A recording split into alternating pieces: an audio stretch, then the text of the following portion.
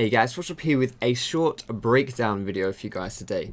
This video was a game that I played recently, and I wanted to use this game to illustrate, or use a part of this game to illustrate a little concept which I think will help you guys for carrying solo queue and winning more games. Now I know saying things like how to carry solo queue is a bit of a kind of cheap trigger phrase, a bit like saying, you know, how to escape elo hell, but I believe by saying this is going to help you carry solo queue, I really do believe this is true, because this is a concept which I think is very important and which I don't think enough people really employ. And this concept is about playing proactively, basically, in solo queue. Now there are two different ways of playing. Obviously the opposite of playing proactively is to be playing reactively, and the reason why I think it's best for you guys to be playing proactively as opposed to reactively is that when you are playing proactively, what that forces you to do is it means that you have all the power. The person who is playing, the team who is playing proactively, is the team that has the power. They're the ones making the decision. They're the ones who have the highest control on the game and the flow of the game and how the game is working out for them.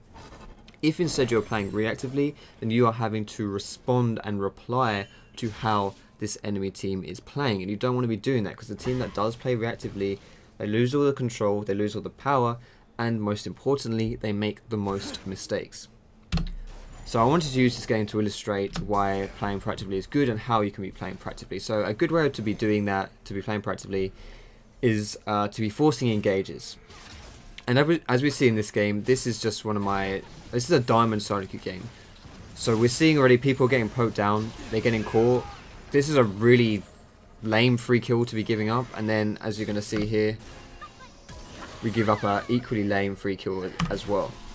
So we're 2 men down here, which is obviously not good for us. The enemy team has a really good poke comp, just because they have Nidalee. Like, Nidalee on her own is really amazing for poke. But even on top of Nidalee, they have Sono, who's good for poking and also good with the heals. Soraka's got amazing heals, and as far as AD carries go, Jinx is one of the best at poking too. So we're really not in a good place. If they want to siege us, they have enough poke to really make that a true pain in the arse. We're not going to be able to fight this, basically. If we stand in this tower, we're going to get destroyed. This is completely playing into their hands right now, and we don't want to be in this situation. We need to get out of here, basically.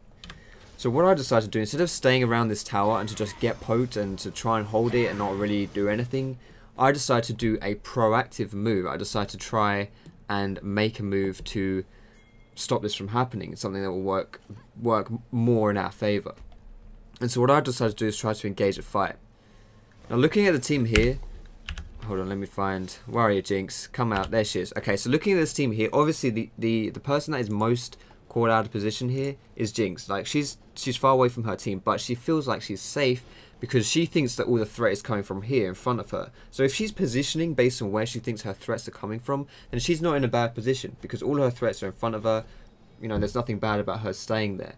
But because I'm flanking around the side, she doesn't realize I'm flanking around the side. I am now a threat to her, but she doesn't know that. So she is out of position. Now at the lower leagues, at bronze, silver, even gold, people are out of position 24/7. Like, there's 2 ways for you to be catching people. Either they have to be out of position, and you have to be aware of their out of positionness so you can capitalize on it. Doesn't make sense, but whatever, we'll roll with it.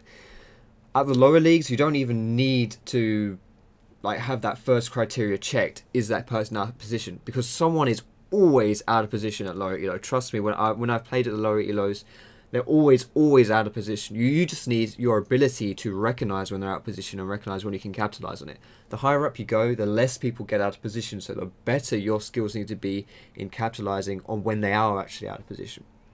But like I say, this is diamond, so this is not some really low rated game. So like I say, Jinx thinks she's safe, but she's not. So I come around the side to flank her and to engage onto her.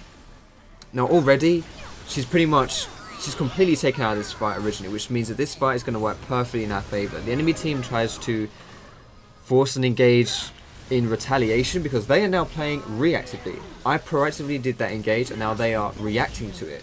And like I said right at the beginning, when the team that reacts the most, or who plays the most reactively, they're going to make the most mistakes. And this kind of counter-engage by them to go in and try and save Jinx or try and help her, this is a mistake. They should have let Jinx die, because Jinx is just out of position. Just let her die, back off, cut your losses. That's another big mistake in solo queue as well. But they try to engage, and so we get 4 free kills here for nothing. Just because I decided to make a good engage. Now we're actually behind. We're still behind in this game. Like we weren't, you know, dominating this game or anything like that. This is just good opportunism to take advantage of or knowing when was a good time to take advantage of someone being out of position. Now we actually go on to lose this game, which is a shame. But these kind of moves which I just did here, these are the ones that really will help you win solo queue games. If you can keep playing, like if you can make moves like this, then you're going to win a lot more games then you will lose. I think it's definitely worth practicing how to play proactively. But that's all I want to do for this video, guys. I've kind of gone on for a little bit here. We can just watch this replay as Jinx makes a field goal. Ole, there it is. Okay, so I should probably end this one before I do something dumb.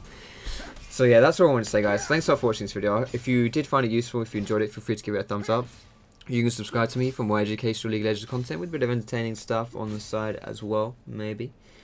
And you can find me on Facebook, you can find me on Twitter as well, you can catch me streaming on Twitch too.